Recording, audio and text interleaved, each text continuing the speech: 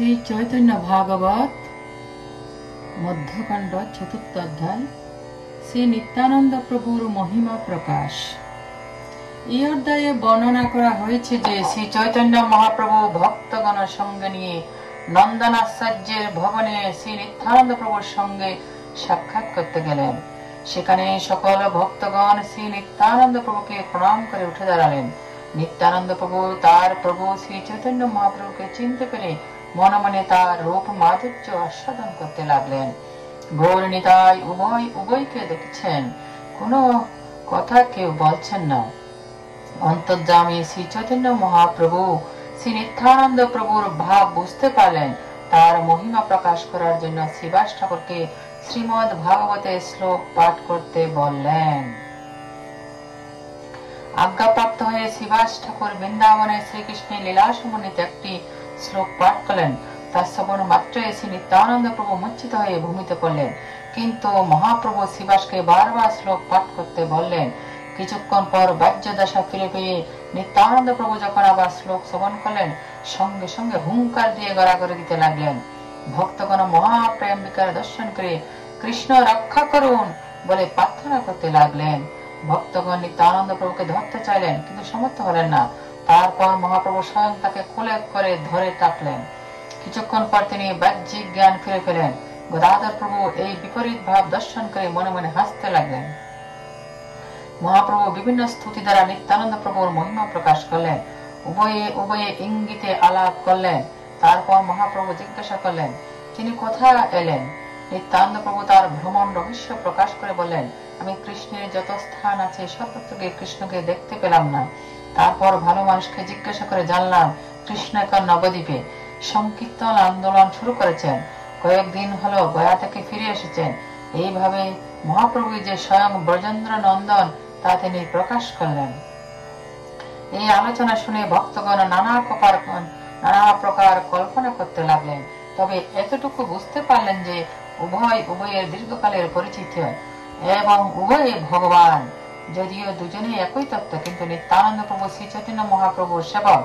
শ্রী নিত্যানন্দ প্রভুর কৃপা লাভ না হলে মহাপ্রভুর সেবা লাভ করা যায় না। শ্রী চৈতন্য মহাপ্রভুর দর্শনে নিত্যানন্দ প্রভুর প্রেম বিকার।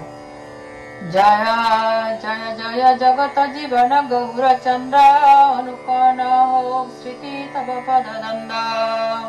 নিত্যানন্দ সম্মুখে রহিলা বিশ্বম্ভর, চিনি নিল নিত্যানন্দ আপন ঈশ্বর।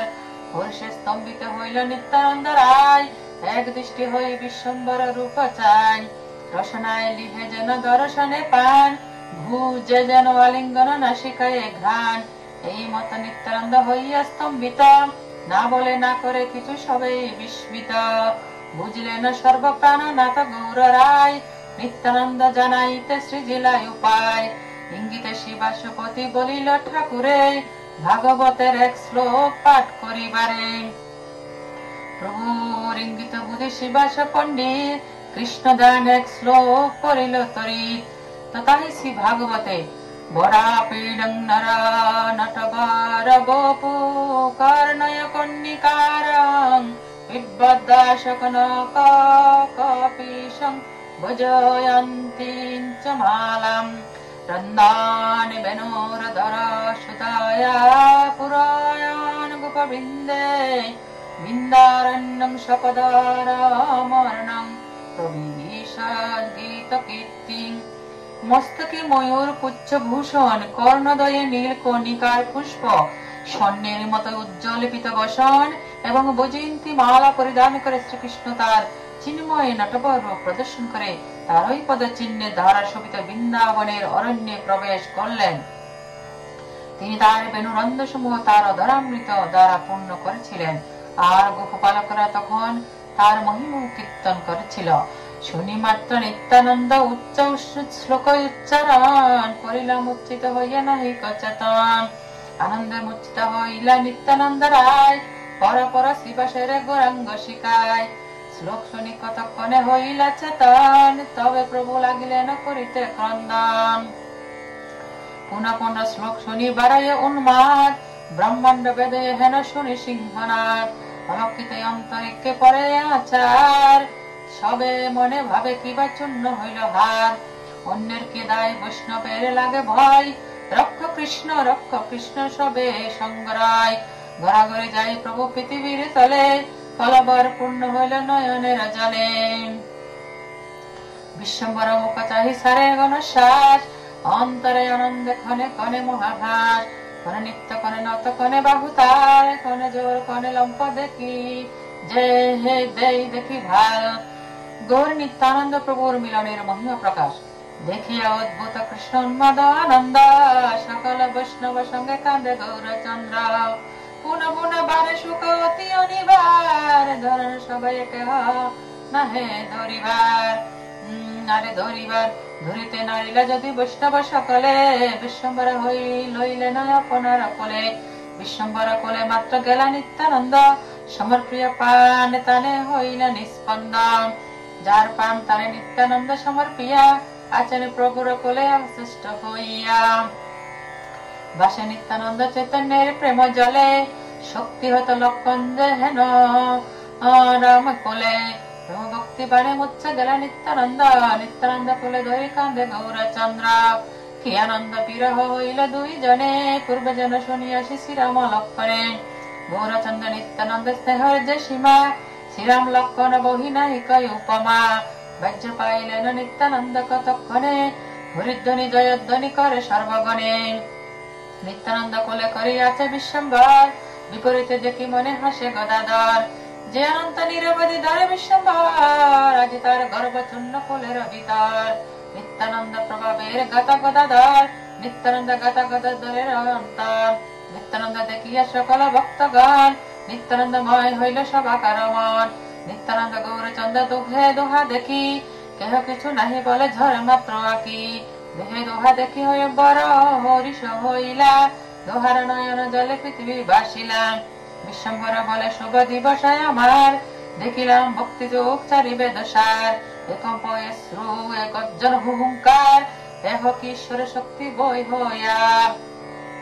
সকৃতে ভক্তি যোগ দেখিলে নয়নে, তাহার ও কৃষ্ণ আচরণ কোন কালে। বুঝিলাম ঈশ্বরের তুমি পূর্ণ শক্তি, তোমা বুঝিলে সে জীব প্রায় কৃষ্ণ ভক্তি। তুমি কর চতুর্দশ ভুবন পবিত্র, অচিন্ত অগম্য গৌর তোমার চরিত্র। তোমার দেখিবে হেন আছে কোন জন, মুক্তিমন্ত তুমি কৃষ্ণ প্রেম ভক্তি ধন। তোমার সঙ্গে যে জানার হয়, কোটি পাপ থাকিলেও তার মন্দ নাই। বুঝিলাম কৃষ্ণ মোরে করিবে উদ্ধার, তোমার হেন সঙ্গ আনি দিলে নয় আমার। মহাভাগ্যে দেখিলাম তোমার চরণ, তোমা বুঝিলে সে পাই কৃষ্ণ ধন। আবিষ্ট হইয়া প্রভু গৌরাঙ্গ সুন্দর, নিত্যানন্দ স্তুতি করে নাহি অবসর। নিত্যানন্দ চৈতন্যের অনেক আলাপ, সব কথা ঠারে ঠারে নাহিক প্রকাশ। প্রভু বলে জিজ্ঞাসা করিতে করি ভয়, কোন দিক হইতে শুভ করিলে বিজয়। শিশুমতি নিত্যানন্দ পরম বিহব্বল, বালক প্রায় যেন বচন চঞ্চল। এই প্রভু অবতীর্ণ জানিলেন মর্ম, করজোড় করি বল হই বড় নম্র। প্রভু বলে স্তুতি শুনি লজ্জিত হইয়া, বেপদেশে সর্বকথা কহেন ভাঙ্গিয়া। নিত্যানন্দ বলে তীর্থ করিল অনেক, দেখিল কৃষ্ণের স্থান যতেক যতেক। স্থান মাত্র দেখি কৃষ্ণ দেখিতে না পায়, জিজ্ঞাসা করিলে তবে ভালো লোক ঠাই। সিংহাসন সব কেনে দেখি আচ্ছাদিত, কহবাই সব কৃষ্ণ গেলা কোন গীতা। তারা বলে কৃষ্ণ গিয়াছেন গৌর দেশে, গয়া করি গিয়েছেন কতক দিবসে। নদিয়ার শুনি বড় হরি সংকীর্তন, কেহ বলে থাই জন্মিলা নারায়ণ। পতিতের ত্রাণ বড় শুনি নদিয়ায়, শুনিয়া আইনু মই পাতকিয়া তাই। প্রভু বলে আমার সকল ভাগ্যবান, তুমি হেন ভক্তের হইল উপস্থান। আজ কৃতকৃত্য হেন মানি হিল আমরা, দেখিলে যে তোমার আনন্দ বাড়ি ধারা। হাসিয়া মুরারি বলে তোমারা, ওহা তো বুঝি কিছু আমার সবারা। শিবাস বলে না ওহা আমরা কি বুঝি, মাধব শঙ্কর যেন দোহে দোহা পুজি। গদাধর বলে ভালো বলিলা পণ্ডিত, সেই বুঝি যেন রাম লক্ষণ চরিত। কেহ বলে দুইজন যেই দুই কাম, কেহ বলে দুইজন যেন কৃষ্ণ রাম। কেহ বলে আমি কিছু বিশেষ না জানি, কৃষ্ণ কুলে যেন শেষ আইলাই আপনি। কেহ বলে দুই সখা যেন কৃষ্ণ অর্জুন, সেই মত দেখিলাম স্নেহ পরিপূর্ণ। কেহ বলে দুইজনে বড় পরিচয়, কিছুই না বুঝি সব ঠারে ঠোরে খায়। এই মত হরিষে সকল ভক্তগণ, নিত্যানন্দ দর্শনে করেন পতন। নিত্যানন্দ গৌরচন্দ্র দুহে দর্শন, ইহার শ্রবণে হয় বন্ধ বিমোচন। সঙ্গী সখা ভাই সত্য শয়ন বাহন, নিত্যানন্দ বহি অন্য নহে কোন জন। নানা রূপে সেবে প্রভু আপন ইচ্ছায়, যারা দেন অধিকার সেই জন পায়। আদিদেব মহাযোগ ঈশ্বর বৈষ্ণব, মহিমার অন্ত ইহা না জানে সব। না জানিয়া নিন্দে তার চরিত্র অগাধ, পাইয়া বিষ্ণু ভক্তি হয় তার বাদ। চৈতন্যের প্রিয় দেহ নিত্যানন্দ রাম, হো হো মোর প্রাণনাথ এই মনস্কাম। তাহার প্রসাদ হইল চৈতন্যতে মতি, তাহার আজ্ঞায় লেখি চৈতন্যের স্তুতি। রঘুনাথ যদুনাথ যেন ভা নাম বেদ, এই মত বেদ নিত্যানন্দ বলদেব।